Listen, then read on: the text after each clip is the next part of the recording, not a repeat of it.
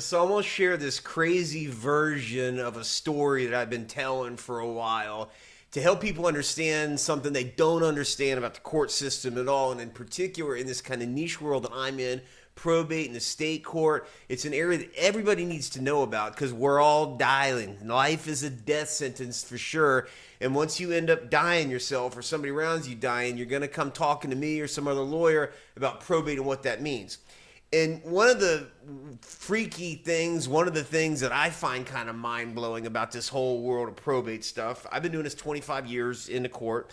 And in the first, 20 plus years or whatever, it's kind of like Ally McBeal. It's kind of like LA Law or Law and Order or Suits, any of that kind of stuff. You're dressed up, you go into court, judge is up there on the bench with a funny black dress on. He's talking, and most of those things kind of get it right? They, lots of fun, social stuff or whatever going on in the background, but a lot of this stuff is law, right? And it's real about what the actual law is. Well, I started in foreclosure world, really, way back in 2008, 9, 10. I can remember some early cases, and again, I tell the story that at that point in time, there just wasn't any litigating. You'd be in the courtroom, and all the people were there with their, it was always criminal cases, always people getting divorced, always insurance companies or people getting sued on. But there just wasn't anybody in there in a suitcase like I was as a young boy, arguing about why this bank shouldn't foreclose. And there was almost no case law. You'd come in, you have this really thin folder and had just a couple cases in there. You're trying to tell this judge, hey, the bank shouldn't be allowed to foreclose. And the judge is like, well, why, Weidner? Why are you even wasting time in here giving the bank? And this was the fun one. This was so much fun. So I had hired this lawyer. He knows who he is. I'm going to share this and see whether he'll comment on his post. But I put an ad on Craigslist, and I'm like, I need a lawyer. Come work at my firm. And this dude shows up in my office, and he had just gotten out of law school. And by the way, one of my best hires yet was with me for 12 years or something like that. But this dude comes out of law school, and his secret weapon, you want to know what his secret weapon was? He actually read the law. Imagine that. He comes out of law school, and he had all these books. I didn't have books. He had books, and he'd actually sit there and read it. And when you give him a task, fun other anecdote, he was deaf. He couldn't hear much, and so he would just get in this world of reading and reading. Brilliant lawyer, probably the best brilliant lawyer I've ever met. No offense to the current ones that are still around, but dude was smart, man.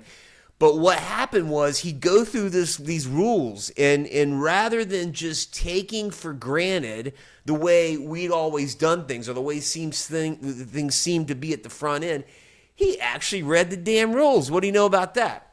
So what we found out in this particular story was there's this rule, 1.510 summary judgment, and what it says is, and it said back then, is the books and records shall be attached. I'll never forget that. The books and records shall be attached. And he looks at this, he goes, dude, they're trying to go in front of this judge, and they're going to take this house away, and they just got this one piece of paper where the bank says, they're owed $100,000 or whatever, but that completely violates the rule because the rule says you got to attach the books and records to that. And I looked down, what are you talking about, young boy? Let's have a look at that. Well, I'll be darned if that wasn't the black and white rule of what 1.510 said way back then, and frankly still says to this day. But where this is really interesting is I'll never forget going into the judge's office on this. So here I am with my little briefcase and walking in there, and big shot lawyer. At that point in time, the lawyers on the other side, they were the big shots. They've been doing it for a long time. And the judge, looks at me kind of incredulously. Well, why aren't I just signing this judgment, giving the bank the house back, Weidner? And I said, well, Judge, I need you to pull out that rule book right behind you right there. And he kind of looks at me, and I said, I want you to read along with me. 1.510, the books and records shall be attached. And he looks at it, and he looks at me, and he looks at the bank lawyer over there, and even he, at that point in time, hadn't really gotten it because it hadn't been confronted with him yet. Now, by the way, Judge is still around. Judge had been around forever. Great judge, was a judge that was always willing to think and listen and do the job. But I got to tell you, that was an absolute, hell, even all those years back, it was a highlight of my career because you actually did something. You just completely rocked the world, turned it upside down, shook what was happening across the entire state. And I have to go back and find one of those posts because I know I posted about it. And that was one of the first sort of nuclear bombs that I detonated across the foreclosure legal industry, and it changed everything.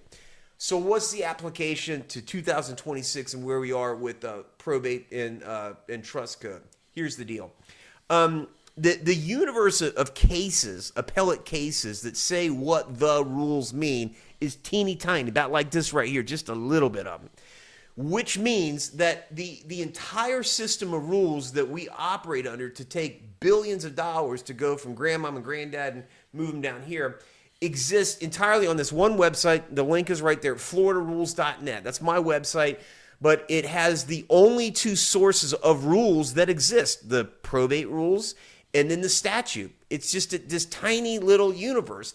And unlike every other area of law, like family law has rules and then statute, this tiny little area, but then they have this massive universe of appellate court cases that explain what the statute, explain what the rules mean. So this sort of mind-boggling, mind-bending world that we're in right now is we is getting ready to transfer billions of dollars of money from mom, dad, grandmom when they all die to all these other kids over here, and there's only one teeny tiny place where all these rules exist. It's floridarules.net. So what is going to happen, I promise you, is we're about to have a new wave of litigation. We're about to produce all kinds of new case law to explain to judges, to lawyers, to financial planners, and to all these people out there the details on these rules. Stay tuned. I promise you it's going to get interesting.